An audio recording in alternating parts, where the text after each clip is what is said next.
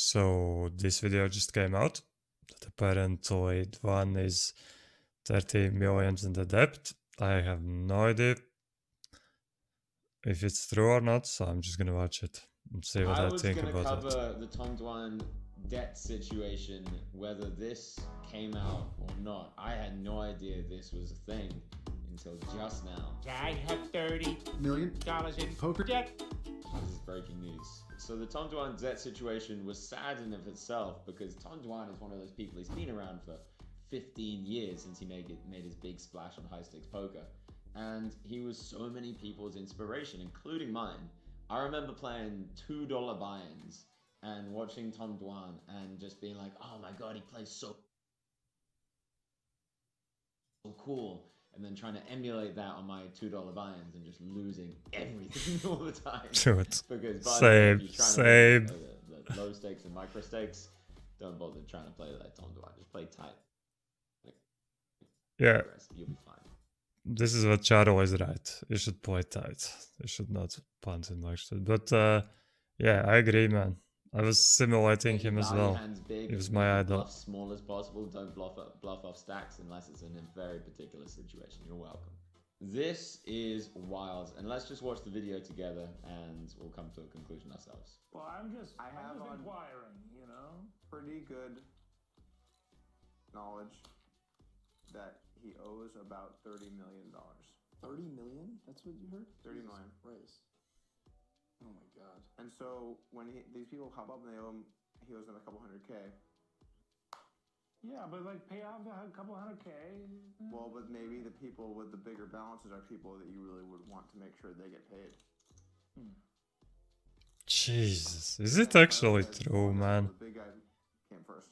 There is no way. He's too good. I mean, there's a strategy of paying off your debts. Start with the smallest one.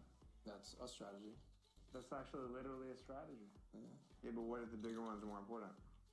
Yeah, what if the bigger ones would fucking kill you, man? Then you'll have fewer things to worry about. You know, like, okay, all right, cool. I paid off all the small couple $100K.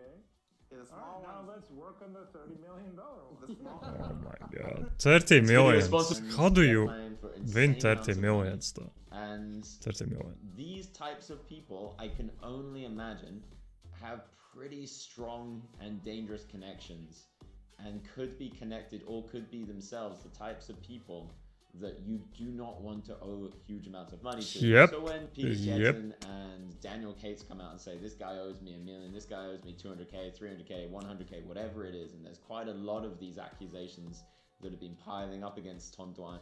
Yeah, you know, like these poker players probably not gonna kill you, dude.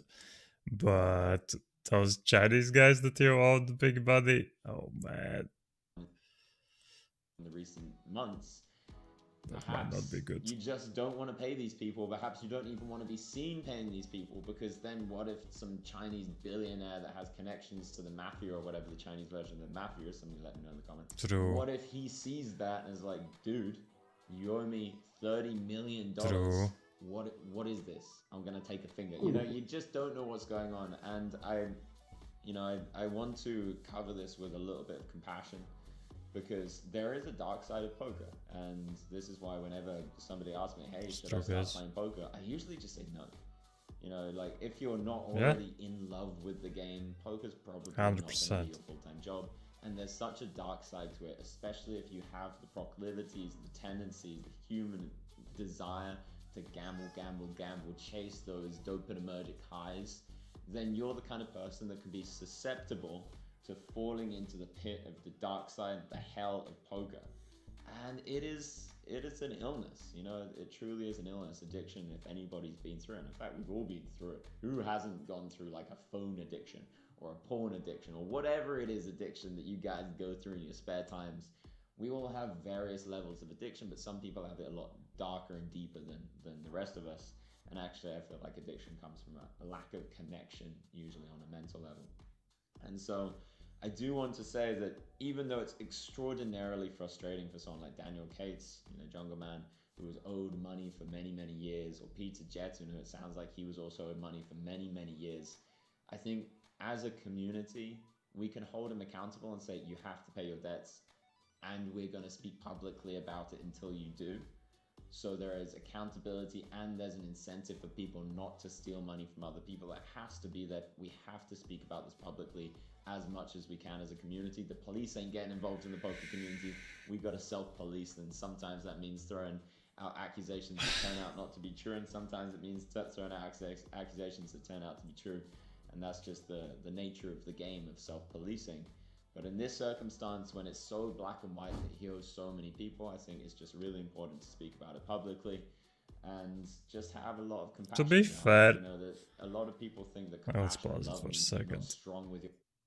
To be fair, if you know that guy owns so many people already, why are you still lending him money? You understand what I am saying? Like, it's not a news. There were talks in like, I don't know, 2012, 13, something like that, that he owns money already and people are still willing to lend him money. Like, guys. Like, really? I feel like it's on you as well. You can't just be like, oh yeah, I'm gonna lend this guy who owns already, I don't know how much money, that probably not gonna get paid anything back. That's on you as well. You don't have to do it. You probably will lend it because you're gonna get something out of it, or like, you know.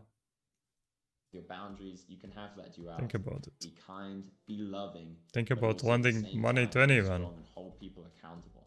Have that in poker, have that in business, have that in life. And that's a beautiful duality to have. So all I can say is best of luck to Tom Dwan. If he's in that kind of situation, God bless him.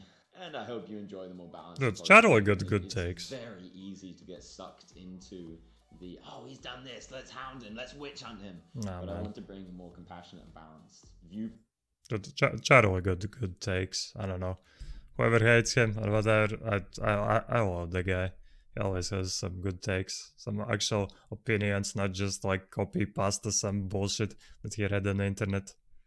So same. I hope Dwan gets through this, but winning nowadays 30 million in poker, I don't fucking know. It almost feels impossible, even for a player like Tom Dwan, who is like best of the best, you know.